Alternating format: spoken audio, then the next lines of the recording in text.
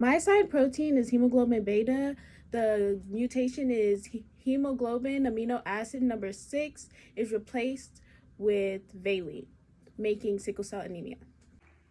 In my hemoglobin model, amino acids are represented by beads color coordinated if they are nonpolar, polar, negatively charged, or positively charged. Yellow beads represent nonpolar, white represent polar, green represent positively charged, and purple represents negatively charged.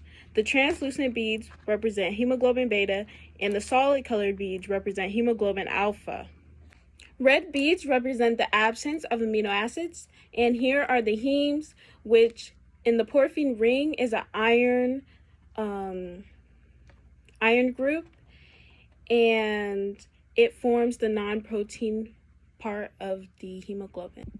The normal function of hemoglobin is oxygen transport. Molecular oxygen is transported from the lungs to the tissue bound with hemoglobin in red blood cells and delivered to different tissues throughout the body. But this is not the only function. Functions include carbon dioxide transport and buffering of blood.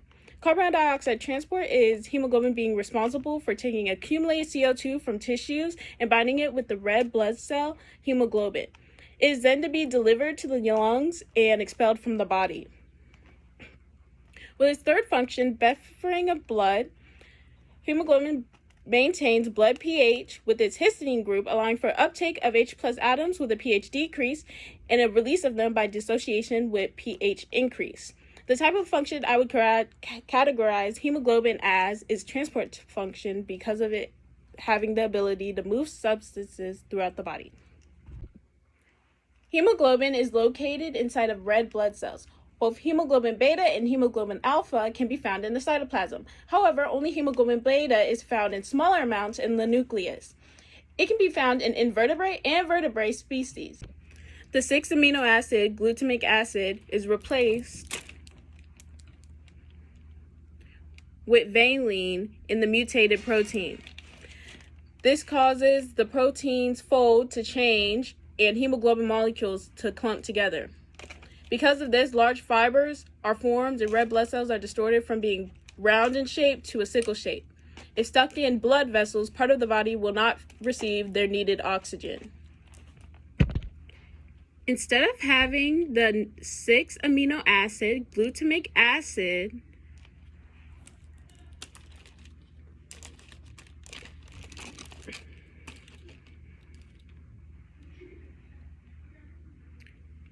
HBS has valine in place of it.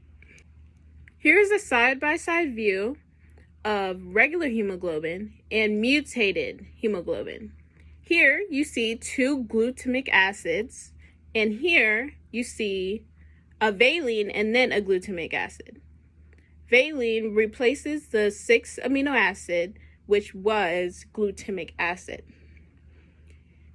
Glutamic acid is hydrophilic, meaning it is water-loving, and it forms hydrogen bonds. Valine, however, is nonpolar and is hydrophobic, meaning it does not like water. Under decreasing oxygen concentrations, the substitution of valine instead of glutamic acid results in hemoglobin becoming less soluble and polarizing into rigid rods that distort the afflicted individual's red blood cells from rounded shape to a sickle shape. The hemoglobin protein becomes hydrophobic, and this changes the fold of the protein, resulting in a change in primary function. These sickle cells have the ability to clog capillaries, cutting off blood supply to various tissues and the brain and heart. Poor oxygen flow makes the afflicted individual experience pain and fatigue when exerting themselves. It is possible for them to get a heart attack or a stroke due to this. My model represents the amino acids of hemoglobin. Therefore, it fails to show the shape that it makes on a red blood cell, the sickle shape. And it shows a less exact representation of amino acids because there is not a certain color for each one of the amino acids. Instead, it is categorized. However, there's still 574 amino acids on the model. Another thing not represented is how sickle cells clog capillaries.